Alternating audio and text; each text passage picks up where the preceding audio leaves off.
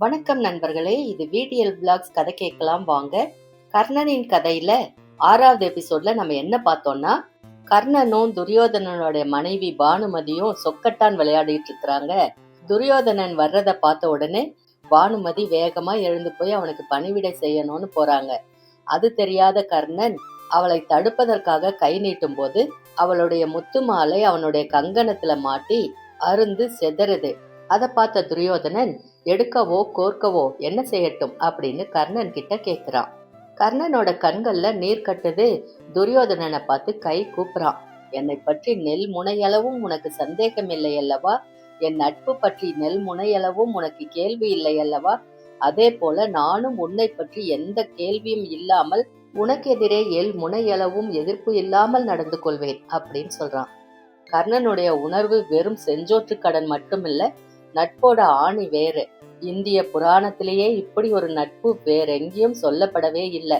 தான் மட்டும் இல்லாம தன் மனைவியையும் நட்பாக கொடுத்த துரியோதனன் மிகவும் உயர்ந்தவனா கர்ணனுக்கு தெரிகிறான். துரியோதனன் நட்பின் இலக்கணம், அந்த மூவரும் நட்பு சொல்லும் புதிய இலக்கணம் அப்படின்னு நினைக்கிறான். கர்ணனின் கதை அத்தியாயம் 7. திருதராஷ்டிரன் தன் மகன்களான துரியோதனாதிகளை கூப்பிட்டு, ராஜகுமாரர்களாகிய நீங்கள் எப்படி ராஜ பரிபாலனம் செய்வது என்பதை தெரிந்து கொள்ளுங்கள். அரசனுக்கு பிறந்தவர்கள் என்ற தகுதியே மட்டுமல்லாமல் வேறு சில தகுதிகளையும் வளர்த்து கொள்ளுங்கள். துரியோதனா, உன்னுடைய தம்பிகளோடும் நண்பர்களோடும் கணிகர் என்கிற பிராமணரை அழைத்து வந்து அவரை பேசச் சொல்லி ராஜ்யம் எப்படி நடத்த வேண்டும் என்பதை கேட்டுக்கொள். ஒரு அரசன் எப்போது எப்படி நடந்து கொள்ள வேண்டும் என்பதை அவர் வாயால் சொல்ல கேள். அது பற்றி யோசி. உங்கள் கூட்டங்களுக்குள் விவாதம் நடக்கட்டும். அங்கும் பிறர் பேசுவதை முழுவதுமாக கேட்டு உன் அபிப்பிராயத்தை உருவாக்கிக்கொள் அப்படின்னு சொல்றாரு. துரியோதனன் திரும்பி கர்ணனை பார்க்க, கர்ணனும் சரி அப்படின்னு சொல்ல, துரியோதனும் சரி அப்படின்னு சொன்னான். தன் தம்பிகளை பின்னால உட்கார வச்சுட்டு தனக்கு பக்கத்துல கர்ணனை உட்கார வச்சுக்கிட்டான். ராஜ நீதி அறிந்த கணிகர் அப்படின்ற ஒரு பிராமணர் ஒரு அரசன் கொள்ள வேண்டிய குணங்கள் பற்றி பேச தொடங்குறாரு. அரசன் மிக சுயநலக்காரனாக இருக்க வேண்டும். எதிரிகளிடம் எந்நேரமும் விழிப்போடு இருக்க வேண்டும். சாம தான பேத தண்டம் என்ற 4 வகை குணங்களால் எப்பொழுதும் செயல் நடத்தி கொண்டிருக்க வேண்டும். விழிப்போடும் தந்திரத்தோடும் வாழ்க்கை நடத்த வேண்டும். அவனுடைய கருணையோ கோபமோ நட்போ எதிர்ப்போ அரசியல் நடத்துவதற்காகத்தானே தவிர வேறு எதற்காகவும் இல்லை. அரசு கட்டில், அரசு வாழ்க்கை வேறு எதையும் சிந்திக்க விடக்கூடாது. விழிப்பும் தந்திரமும் உள்ள அரசனிடம் பொருள் தானாக வந்து சேரும். பொருள் சேர்ந்த இடத்தில் எல்லா விதமான இன்பங்களையும் அனுபவிக்க முடியும். அரசனுடைய குணம் அதிகாரம். அதிகாரம் என்பது புஜபலத்தின் அடிப்படையில் எழுகிறது. தன்னை பாதுகாத்து கொள்ள சிறந்த கோட்டையும் எதிரியை தாக்கக்கூடிய ஆயுதங்களையும் உடையவன் எது சொன்னாலும் மக்கள் ஏற்பார்கள், அவனை கொண்டாடுவார்கள், அவனுக்கு பரிசளித்து கௌரவிப்பார்கள். எனவே புஜபலத்தையே அடிப்படையாக கொண்டு அரசியல் நடத்த வேண்டும். அதே நேரம் மிகுந்த கருணையுள்ளவனாய், எல்லாவற்றிலும் ஈடுபாடு உள்ளவனாய் ஒரு அரசன் நடந்து கொள்ள வேண்டும் அப்படின்னு சொல்லிட்டு கணிகர் அப்படின்ற ஒரு அந்தனர் உடனே ஒரு நரிக்கதைய சொல்றாரு. துரியோதனனும் கர்ணனும் பக்கத்துல உட்கார்ந்து அந்த கதையை ஒத்து கேட்டாங்க. ஓமையா சொல்லப்பட்ட அந்த கதையை புரிஞ்சுக்க முயற்சி பண்ணாங்க. அடர்ந்த ஒரு வன பிரதேசத்தில் ஒரு கொழுத்த மான் இருந்தது. ஒரு பெரிய மான் கூட்டத்திற்கு அது தலைவனாக இருந்தது. அந்த மானை வேட்டையாட ஒரு நரி ஆசைப்பட்டது. ஆனால் அதை வேட்டையாட தன்னால் முடியாது என்ற முடிவுக்கு வந்தது. உடனே அந்த நரி ஓர் எலியோடும் புலியோடும் கீரியோடும் ஓநாயோடும் இனிய வார்த்தை பேசி சிநேகம் கொண்டது. பசியால் தவித்துக் கொண்டிருந்த அந்த பிராணிகளுக்கு கொழுத்த மான் இருப்பதை காட்டி கொடுத்தது. எப்படி வேட்டையாடுவது? அந்த மான் மிகவும் வேகமுள்ளதாக இருக்கிறதே என்று புலி சொல்ல, நரி உடனே ஒரு தந்திரம் சொல்லியது. மான் அயர்ந்திருக்கும் நேரத்தில் எலி உள்ளே புகுந்து மானின் காலை கடித்து விட வேண்டும். அதனால் மான் ஓட முடியாமல் தவிக்கும். பிறகு ஓட முடியாத மானை புலி துரத்தி கொண்டு போய் கொன்றுவிடலாம் என்று நரி யோசனை கூறிற்று. உடனே அவ்விதமே மான் அயர்ந்திருக்கும் பொழுது எலி மானுக்கு அருகே சென்று அதன் கால்களை பலமாக கடித்தது. மான் மிரண்டு நாலா பக்கமும் அலைந்தது. மான் வேகமாக ஓட முயன்றாலும் எலி கடித்ததன் விளைவாக புலியிடம் சிக்கிக்கொண்டு அடிபட்டு இறந்து போனது. புலி இறைச்சியை தூக்கி கொண்டு வந்தது. நீங்கள் எல்லாரும் போய் குளித்துவிட்டு வாருங்கள், பசியோடு இருக்கிறீர்கள். நான் அதுவரை இறைச்சியை காவல் காக்கிறேன் அப்படின்னு நரி சொல்ல, நரியை தவிர மற்ற மிருகங்கள் ஆற்றங்கரைக்கு போகுது. குளித்துவிட்டு புலி முதல்ல வருது. வந்த புலியை பார்த்த நரி முகத்தை திருப்பிக் கொண்டது. பார்க்க விரும்பாதது போல நடித்தது. என்ன அப்படின்னு புலி கேட்க, இந்த எலிக்கு வந்த திமிரை பார்த்தாயா? நான் கடித்ததால் தானே புலி வேட்டையாடியது. நான் கடிக்காத மானை புலி வேட்டையாடி இருக்குமா? எனவே புலி என்னுடைய எச்சிலைத்தான் சாப்பிடுகிறது என்று பேசுகிறது அப்படின்னு சொன்னதும் புலிக்கு கோபம் வந்துருச்சு. எனக்கு ஒன்றும் அப்படிப்பட்ட மாமிசம் தேவையில்லை. நான் எவர் துணையும் இல்லாமல் வேட்டையாடி மிருகங்களை கொன்று புசிக்கிற வம்சத்தில் பிறந்தவன். ஓர் எலியினுடைய எச்சிலை தின்னுவதற்கு எனக்கு சம்மதமில்லை. நான் விலகிக் கொள்கிறேன் அப்படின்னு சொல்லிட்டு மாமிசத்தை விட்டு வெகு விரைவா வெளியே போயிருச்சு. அதுக்கு பின்னால எலி வந்தது. ஏன் முன்பே வரவில்லை? குளித்து விட்டு முன்பே வரவேண்டியது தானே. இதோ இந்த மாமிசத்தில் புலியின் நகங்கள் பட்டுவிட்டன. அதனால் மாமிசம் விஷமாகிவிட்டது. நான் அந்த மாமிசத்தை சாப்பிட போவதில்லை அப்படின்னு சொல்லி நரி வேகமா விலகி போகுது. அப்படி விலகிய நரி தன்னுடைய பசிக்கு உன்னைத்தான் உணவாக கொள்ள நினைத்திருக்கிறது. எனவே சற்றும் தாமதியாமல் இங்கே இருந்து ஓடு அப்படின்னு சொல்ல, எலி நரிக்கு பயந்து வேகமா ஓடுது. அதுக்கப்புறமா ஓநாய் வருது. ஓநாயை பார்த்து, நீ அதிகம் பங்கு கேட்பாய் என்றும் உனக்கு பங்கு அதிகம் கொடுக்க வேண்டும் என்றும் பசி அதிகம் உள்ளவன் என்றும் உனக்கு பங்கு கொடுக்காமல் இருக்க புலி தன் மனைவியை அழைத்து வந்து உன்னை 2 பேருமாக சேர்ந்து கொள்வதாக தீர்மானித்திருக்கிறார்கள். புலி தன் மனைவியை அழைத்து வர போகிறது. எனவே நீ சீக்கிரம் மாமிசத்தை தின்று விட்டு போ அப்படின்னு சொல்ல, ஓநாய் பயந்து போய் மாமிசத்தை தின்ன முடியாம அந்த இடத்தை விட்டு ஓடி போயிருச்சு. கடைசியா கீரி வருது. கீரியை நரி முறைச்சு பாக்குது. மத்தவங்க எல்லாம் எங்க அப்படின்னு ஆவலா கீரி கேட்க, எல்லாரையும் கடித்து குதறி துரத்தி விட்டேன். நீ ஒருவன் தான் பாக்கி. உன்னை ஒரு வழி செய்து விடுகிறேன் அப்படின்னு ஆங்காரத்தோட கீரி மேல பாய, கீரி பயந்து மானை விட்டு ஓடி போயிருச்சு. எந்த வேட்டையும் செய்யாம வெறும் பேச்சிலேயே அந்த மாமிசத்தை அடைந்து நரி சுகமா தனியா சாப்பிடுது. அரசியல் என்பது தந்திரமானது, புத்திபூர்வமானது. நிதானமாகவும் பேச்சு திறனோடும் மற்றவரை எடை போடுகின்ற சாமர்த்தியத்தோடும் இருக்கின்ற தலைவன் வெற்றி பெறுகிறான். வெறும் பேச்சு சாமர்த்தியம் இல்லாமல் முக்கியமான நேரத்தில் தகுதியை பார்த்து நேரம் பார்த்து நேரடியான பல பரீட்சைக்கும் அரசன் இறங்க தயாராக இருக்க வேண்டும். புலியுடன் மோதாமல் எலியோடு சண்டையிடாமல் தன்னை விட பலசாலியான ஓநாயோடு மோதாமல் நரி கீரியை மிரட்டியது தந்திரத்தின் உச்சகட்டம். நல்ல அரசனுக்கு தூக்கமில்லை. அதனால் எந்த விஷயங்களிலும் இன்பங்களிலும் ஈடுபட முடியாது. எந்த நேரமும் அவனுக்கு எதிரியின் ஞாபகமும் தன் வளர்ச்சியை பற்றிய தன் இருமாப்பு பற்றிய கேள்வியுமே பலமாக இருக்கும். கணிகர் சொன்ன கதையை துரியோதனனும் கர்ணனும் ஆவலா கேட்டாங்க. அப்புறம் தனியா போய் உட்கார்ந்துக்கிட்டாங்க. கணிகருடைய கதை எவ்வளவு உண்மையானது என்பது இப்பொழுது எனக்கு புரிகிறது. நான் இடைவிடாமல் பஞ்ச பாண்டவர்களை பற்றியே நினைத்து கொண்டிருக்கிறேன். அவர்கள் வளர்ச்சியை பற்றி எண்ணியே நான் உணவு உண்ணாமலும் உறக்கம் கொள்ளாமலும் பெண்களோடு சுகிக்காமலும் இருக்கிறேன். அப்படி என்னையும் மீறி நல்ல உணவு நல்ல பெண்களோடு நான் உறவு வைத்துக் கொண்டால் அப்பொழுதும் எனக்கு அவர்கள் ஞாபகம்தான் இருக்கிறதே தவிர வேறு எதுவும் இல்லை. எனவே நான் இப்பொழுது என்ன செய்வது என்பதை எனக்கு யோசனை கூறுவாயாக அப்படின்னு கர்ணன் கிட்ட துரியோதனன் கேட்கிறான்.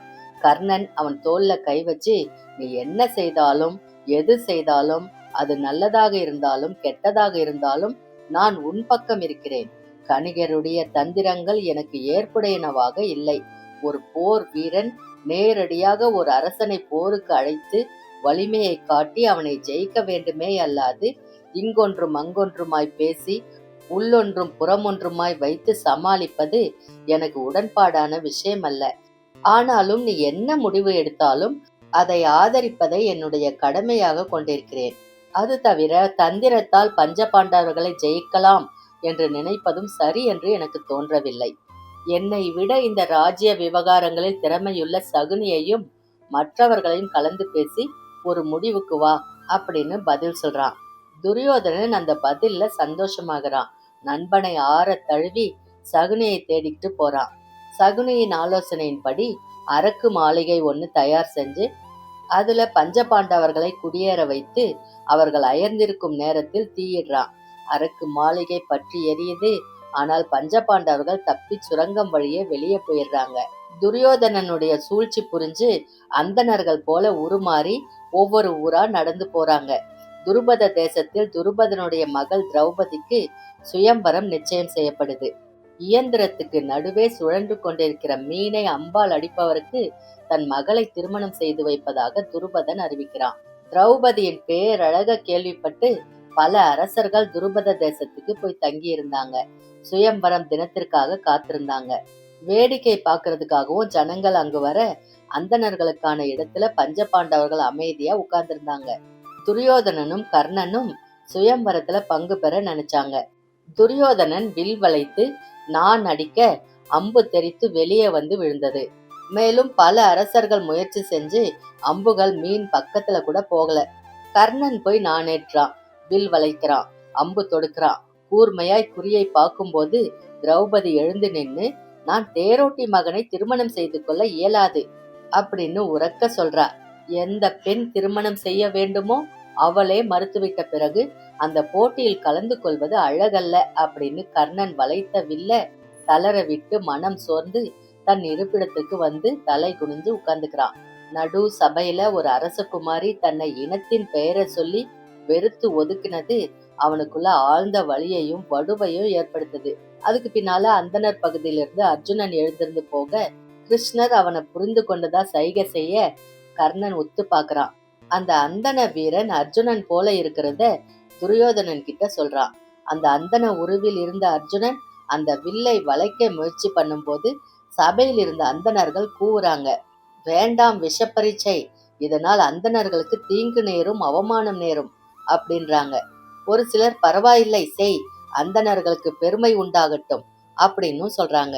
வில் வளைத்து நான் ஏற்றி அர்ஜுனன் அந்த மீன் உருவத்தை சிதறடிக்கிறான். சபை உறக்க வாழ்த்தொலி எழுப்புது. திரௌபதி ஓடி வந்து மாலையிடுறா. அரசர்கள் கோபமாகறாங்க. அந்தணர்களை எல்லாம் இந்த சபைக்கு வரவழைத்தாயே அப்படின்னு துருபதன் கூட சண்டை போடுறாங்க. துருபதன் மீனை அடித்த அர்ஜுனன் கிட்ட சரணடைறான். அடிக்க வந்த அவங்கள தாக்கி விரட்டுறான் அர்ஜுனன். கர்ணன் வில் வளைத்து அப்படி தாக்குற பிராமண இளைஞனை பதிலுக்கு தாக்க அந்த அம்புகளை திறமையா தடுத்து கர்ணனை அர்ஜுனன் நிலை குலைய செய்யறான். இவ்வளவு திறமையாக போராடும் நீ யார்? அர்ஜுனனை தவிர என் அம்புகளை வேறு யாரும் தடுத்து நிறுத்த முடியாது. உன்னால் தடுத்து நிறுத்த முடிகிறதே, நீ உண்மையில் அந்தணன் தானா அப்படின்னு அர்ஜுனனை உரத்து கேட்க அர்ஜுனன் நான் அந்தணன் தான் அப்படின்னு பதில் சொல்றான். நான் சூரியனுடைய அம்சம். அந்தணர்கள் சூரியனை வழிபடுபவர்கள். அந்தணர்களோடு நான் சண்டையிடுவதற்கில்லை, அது என் தகப்பனாரோடு சண்டையிடுவதற்கு சமம். எனவே நீ அந்தணன் என்று உறுதியாக சொல்வதால் உன்னோடு சண்டையிடாமல் பின்வாங்குகிறேன் அப்படின்னு துருபதன் சபையிலிருந்து கர்ணன் வெளியேறான். பஞ்சபாண்டவர்கள் அழிவே இல்லாம இருக்கிறாங்க அப்படின்னு தெரிஞ்ச துரியோதனன் மனம் குமைஞ்சு போறான். நண்பனோட வேதனைய கர்ணனால சகிச்சுக்க முடியல. பல்வேறு விதங்கள்ல ஆறுதல் சொல்லி வந்தாலும் துரியோதனன் அதை ஏத்துக்கல. மறுபடியும் சபை கூட்டப்படுது. துரியோதனனுடைய கலக்கம் நீங்கிறதுக்கு என்ன வழி அப்படின்னு பல்வேறு வழிகள் விவாதிக்கப்படுது. கர்ணனுடைய முறை வந்தபோது மறுபடியும் சொல்கிறேன், தந்திர சாஸ்திரங்கள் எனக்கு நம்பிக்கை இல்லை, மறைமுகமாக போர் செய்வதில் எனக்கு விருப்பம் இல்லை, அரசர்களை தூண்டிவிட்டு பாண்டவர்களை அழிப்பது என்பதும் ஆகாத செயல். எனவே நேரடியாய் தாக்கி வெற்றி அல்லது வீர மரணம் என்பதை முடிவு செய்து கொள்வோம். இதை தவிர பஞ்சபாண்டவர்களுடைய பலம் பற்றிய அதீத கற்பனை நமக்கு இருக்கிறது. இது என்ன என்று நேரடியாய் மோதி பார்ப்பதுதான் சிறந்தது அப்படின்னு சொல்ல கர்ணனுடைய ஆசைப்படியே போர் நடக்குது. துருபதனின் நகரத்தை சுத்திட்டு பாண்டவர்களை விடுவிக்க சொல்லி துரியோதனன் வற்புறுத்துறான். துருபதன் விட மறுக்கவே போர் தொடங்குது. அர்ஜுனன் மிக கடுமையாக கர்ணனை தேடி வந்து தாக்குறான். நிலை குலைந்து தேரில் உட்கார்ந்த கர்ணனை பார்த்து தேரோட்டி யுத்த களத்திலிருந்து விலகி கொண்டு வந்தான். மறுபடியும் கண் விழித்து பார்த்த போது தேர் யுத்த களத்திலிருந்து வெகு தூரம் விலகி இருப்பதை பார்த்து மறுபடியும் போர்க்களத்துக்கு போகுமாறு தேரோட்டி கிட்ட சொல்றான். தேர் மறுபடியும் யுத்தத்துக்கு வர்றதுக்குள்ள துரியோதனனுடைய படைகள் பயந்து போய் பின்னடைஞ்சிருச்சு. அர்ஜுனன் வெற்றி பெற்றதா சங்குகள் முழங்குது. துரியோதனன் தோற்று போய் கர்ணன் கூட அஸ்தினாபுரம் திரும்புறான். மறுபடியும் வேதனையில பொறுமுறான். என்ன செஞ்சா பாண்டவர்களை ஜெயிக்கலாம் அப்படின்னு இடைவிடாது யோசிக்கிறான். அழகிய பெண்களை அனுப்பி பாண்டவர்களுக்கிடையே கலகத்தை உண்டாக்கலாமா? திரௌபதி பாண்டவர்களை வெறுக்கும்படி செய்யலாமா? இதனால் பாண்டவர்களுக்குள் சண்டை ஏற்படாதா? திரௌபதி பாண்டவர்களை வெறுத்தால் துருபதன் திரௌபதியின் பக்கம் சேர்ந்து பாண்டவர்களை எதிர்க்க துணிய மாட்டானா என்றெல்லாம் உளறி கொற்றான். கர்ணன் அவனை அணைச்சு சமாதானம் செய்றான்.